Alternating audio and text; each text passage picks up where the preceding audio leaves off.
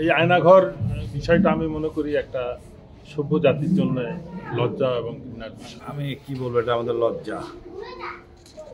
একটা জাতি, একটা শাসক কিভাবে কাজ করতে পারে? শাসক খারাপ হইতে পারে, শাসক সহযোগীরা তারা তো ভদ্র শিক্ষিত, তারা কিভাবে তার সাথে সহযোগিতা করে? এটা চরমভাবে লজ্জা। এই আয়নাঘরটা আমি অ্যাকচুয়ালি প্রথম আনি আমার অস্ত্রটা, আমি যখন গুম হই, অস্ত্রটা হারায় যায়। অস্ত্রটা হারায় গেলে তখন আমি সিএমএম কোর্টে অস্ত্রটা উদ্ধারের জন্য যাই। তখন কিন্তু আয়নাঘরের সম্বন্ধে নাম বলি নাই, বাট ডিজি ভাই যে গুম করছে সেটা বলি। তারপরে আলজাদেরকে বলি, আলজাদা বিশেষ কারণে এটা প্রকাশ করে নাই। তারপর নেত্র নিউজের মাধ্যমে জুলাই 22 সালে দেওয়ার পরে আপনি বিশ্বাস করেন আমার 12টা মামলা আইসিটি করা হয় এই সত্য কথা প্রকাশ করার জন্য। দীর্ঘ 2টা বছর আমি কি কষ্টে ছিলাম বলা যাবে না। 5 তারিখ আগে থেকে আমরা এই বিপ্লবের সাথে জড়িত, ব্রিগেডিয়ার হাসান নাসিরের নেতৃত্বে। হাসান নাসির তারপরে মনে করেন সবাই যখন হাসিনা চলে গেছে, আমরা কিন্তু থেমে থাকি নাই।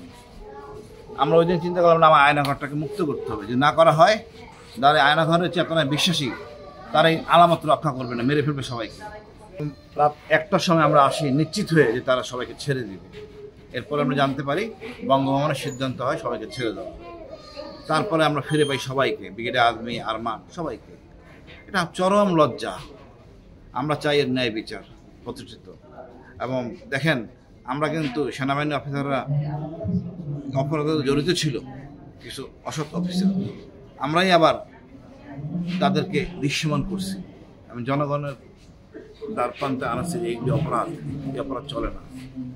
ন্যায় বিচার প্রতিষ্ঠিত করতে হবে, আমি ধারণ করতে হবে। আমি বেশ ভালো লাগতেছে আপনাদের এই আয়নাঘর, মানে আপনি বুঝতে পারতেছেন কেমন লাগতেছে এখানে, আমাদের কেমন ছিলাম আমরা। এই আয়নাঘর বিষয়টা আমি মনে করি একটা সভ্য জাতির জন্য লজ্জা এবং ঘৃণার বিষয়, এবং বিচার ব্যবস্থার প্রতি ঘৃণার বিষয়। এবং আরও বেশি লজ্জার এই জন্যে যে স্বৈরাচার সরকার পলায়নের 1 বছর পরও এটার সাথে যারা এই ধরনের জঘন্য অপরাধের সাথে আইন বিচার বহির্ভূত ব্যবস্থার সাথে যারা জড়িত, তাদের একজনকেও আমরা শাস্তির আওতায় আনতে পারিনি। এমনকি তাদের অনেকে এখনও সসম্মানে চাকরিরত আছে। এই বিষয়টা সুরাহা করা উচিত। এই আয়নাঘর যে পরিচিত করা হচ্ছে জনগণের মধ্যে, এটা যেন একটা সেলিব্রেশন না হয়, এটা যেন আমাদের কালো ইতিহাসের পরিচিতি হিসেবে বা আমাদেরকে বারবার আমাদেরকে স্মরণ করানোর জন্য একটা স্যাম্পল হিসেবে থাকে।